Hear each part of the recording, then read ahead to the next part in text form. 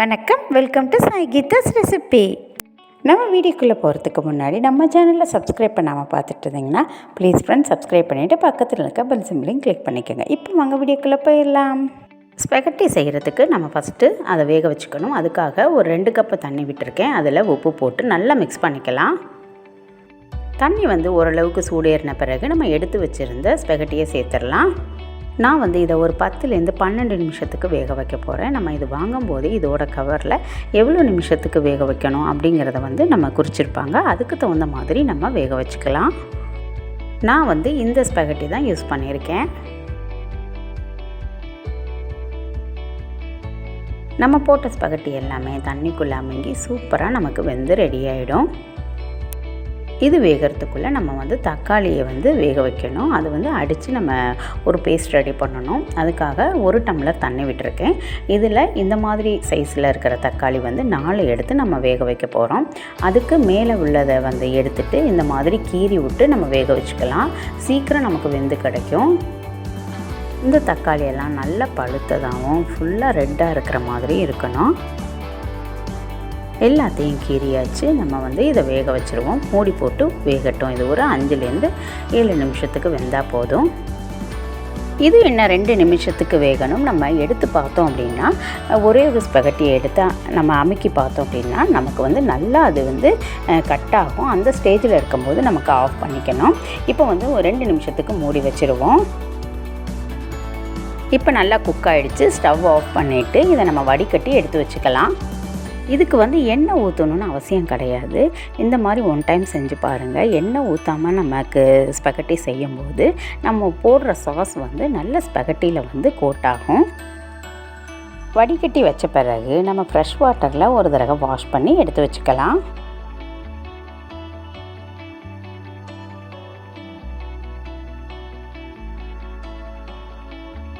ரொம்பவே சூப்பராக நமக்கு ஸ்பெகட்டி ரெடி ஆகிடுச்சு. இப்போ சாஸ் ரெடி பண்ணிட வேண்டியதான்.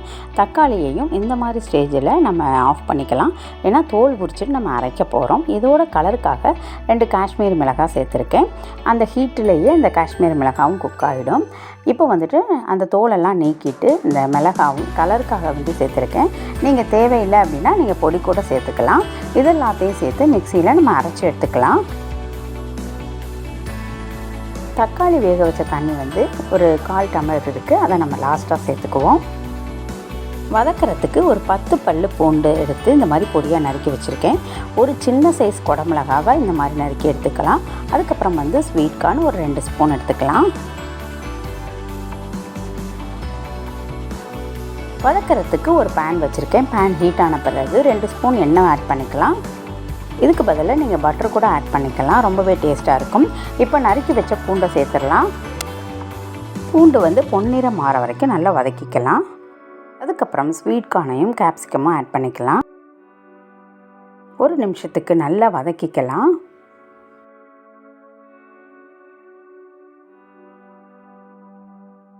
இப்போ உப்பு ஆட் பண்ணிக்கலாம். ஆல்ரெடி நம்ம ஸ்பெகட்டி வேக வைக்கும்போது உப்பு ஆட் பண்ணியிருந்தோம். நல்லா மிக்ஸ் பண்ணி விட்டுட்டு நம்ம தக்காளி அடித்து வச்சுருந்தோம் இல்லைங்களா, அந்த பேஸ்ட்டை சேர்த்துக்கலாம். அதுக்கு பிறகு நம்ம அந்த வேக வச்ச தண்ணியை ஆட் பண்ணி நல்லா மிக்ஸ் பண்ணிக்கலாம். ரொம்ப தண்ணி சேர்த்துடக்கூடாது. 1 ஸ்பூனோ 2 ஸ்பூனோ தண்ணி ஆட் பண்ணிக்கலாம். இப்போ காரத்துக்கு 1.5 ஸ்பூன் மிளகாய் பொடி சேர்த்துருக்கேன். நல்லா மிக்ஸ் பண்ணி விட்டு மூடி வச்சு குக் பண்ணிவிடுவோம். இந்த ஸ்டேஜில் காஷ்மீரி மிளகாய் பொடியை நீங்கள் ஆட் பண்ணிக்கலாம் வேணும்னா. ஒரு 2 நிமிஷம் கொதித்த பிறகு ரெட் சில்லி ஃப்ளேக்ஸ் ஒரு 1/2 ஸ்பூனும் மிளகுத்தூள் 1/2 ஸ்பூனும் ஆட் பண்ணிக்கலாம். டொமேட்டோ கெச்சப் 2 ஸ்பூன் ஆட் பண்ணிக்கலாம். உங்களுக்கு தகுந்த மாதிரி கூடுதலாகவோ குறைவாகவோ நம்ம ஆட் பண்ணிக்கலாம். நல்லா மிக்ஸ் பண்ணி விட்டுட்டு அதுக்கப்புறம் ஒரு 1/4 டீஸ்பூன் அளவு சர்க்கரை ஆட் பண்ணிக்கலாம். 1 ஸ்பூன் ஆரிகனோ ஆட் பண்ணிக்கலாம். இது எல்லாத்தையும் சேர்த்து நல்லா மிக்ஸ் பண்ணி விட்டுக்கலாம். இந்த ஸ்டேஜில் உப்பு செக் பண்ணிக்கோங்க. எனக்கு உப்பு கம்மியாக இருந்ததுனால நான் ஒரு 1/4 டீஸ்பூன் அளவு உப்பு ஆட் பண்ணிக்கிட்டேன். இந்த ஸ்டேஜில் வேக வச்ச ஸ்பெகட்டியை சேர்த்துடலாம். ஸ்பெகட்டி உடஞ்சிடாமல் இந்த மாதிரி மெதுவாக கிளறி விட்டுக்கலாம்.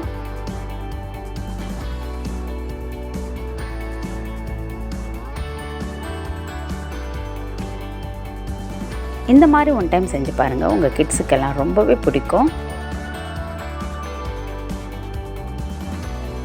2 நிமிஷத்துக்கு குக் ஆன பிறகு நம்ம சீஸ் ஆட் பண்ணிக்கலாம். சீஸை வந்து துருவிட்டும் ஆட் பண்ணிக்கலாம். நான் இந்த மாதிரி போட்டிருக்கேன். சீஸை போட்டுட்டு அதுக்கு மேலே ரெட் சில்லி ஃப்ளேக்ஸ் கொஞ்சமாகவும் ஆரிகனோவும் ஆட் பண்ணிவிட்டு நம்ம மூடி வச்சுருவோம்.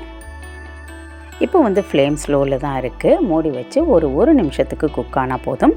ஸ்டவ்வை ஆஃப் பண்ணிக்கலாம்.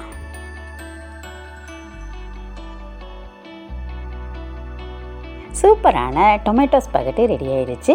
நீங்களும் இந்த மாதிரி செஞ்சு சாப்பிட்டு பார்த்துட்டு எப்படி இருந்துச்சு அப்படிங்கிறத வந்து மறக்காமல் கமெண்ட் செக்ஷனில் சொல்லுங்கள். இந்த வீடியோ பிடிச்சிருந்துச்சுன்னா சின்ன லைக் கொடுங்க. உங்கள் ஃப்ரெண்ட்ஸ்கிட்டையும் ஷேர் பண்ணுங்கள். Okay, thank you friends. பாய்.